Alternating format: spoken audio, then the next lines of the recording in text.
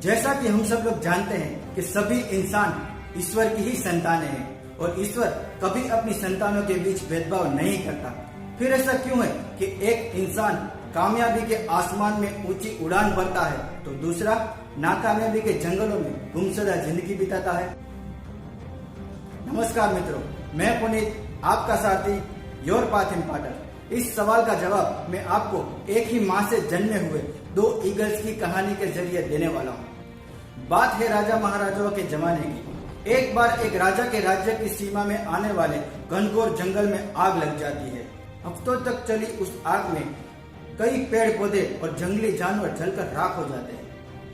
आग बुझने के बाद राजा स्वयं अपने मंत्रियों के साथ जंगल में आग से हुए नुकसान का जायजा लेने के लिए पहुंच जाता है। चारों तरफ राख और जले हुए जानवरों का शरीर देखकर राजा बहुत दुखी हो जाता है कि तभी उसका ध्यान एक जले हुए ईगल की ओर जाता है।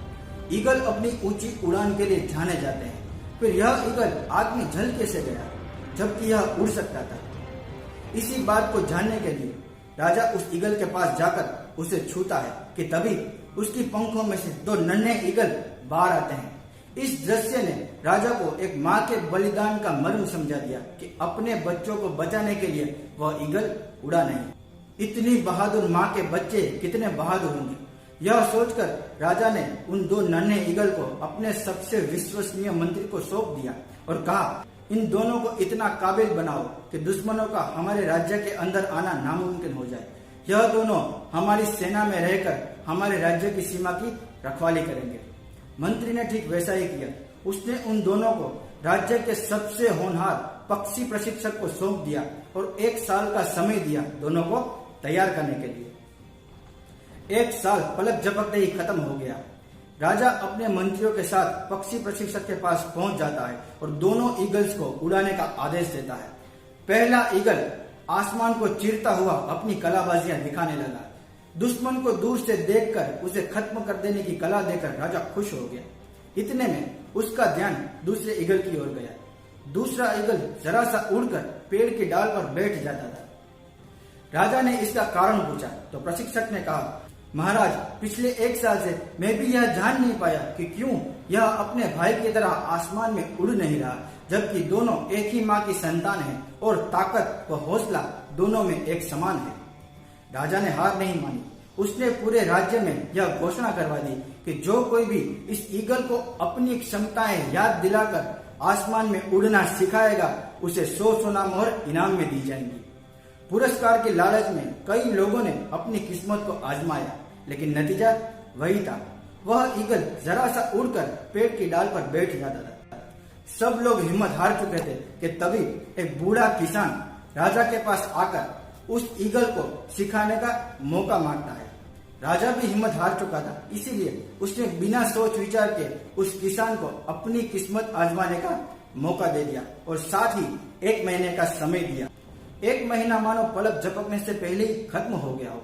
अगले दिन राजा सूर्य की पहली किरण के साथ किसान के वहां पहुंच जाता है, लेकिन उसे आसपास कहीं ईगल दिखाई नहीं देता। राजा को किसान के ऊपर संदेह हुआ, कहीं किसान ने उस ईगल को बेच तो नहीं दिया या कहीं उसे मार तो नहीं दिया। इसी विचारों में राजा ने गुस्से में आकर किसान से सवाल पूछा, मेरा दूसरा ईगल कहाँ पर है? कहीं दिखाई नहीं दे रहा।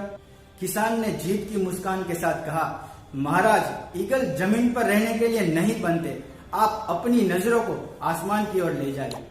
राजा ने जब अपनी नजरों से आसमान की ओर देखा तो वह ईगल अद्भुत, तेज और बहुत ही ऊंची उड़ान ऐसे भर रहा था मानो वह शक्ति, स्वतंत्रता और श्रेष्ठता का प्रतीक हो। छोटे से छोटे शिकार का उसकी नजरों से बच पाना नामुमकिन था। राजा यह चमत्कार देखकर दंग रह गया और उसने उस किसान को इस चमत्कार का रहस्य पूछा। किसान ने मुस्कुराते हुए कहा, महाराज, यह ईगल उड़कर जिस डाल पर बैठ जाता था, मैंने वह डाल ही काट दी और नतीजा आपके सामने है।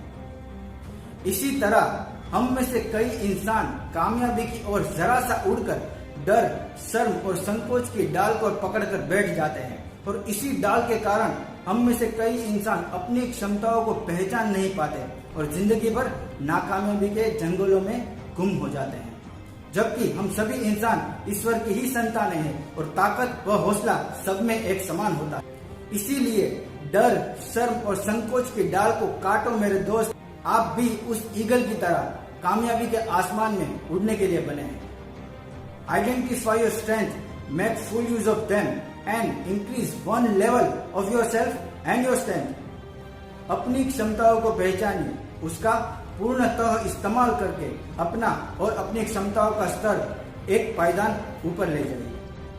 दोस्तों, अगर आपको ये वीडियो अच्छा लगा तो इसे प्लीज लाइक कीजिए, शेयर कीजिए, कमेंट कीजिए और हमारे चैनल को सब्सक्राइब कीजिए।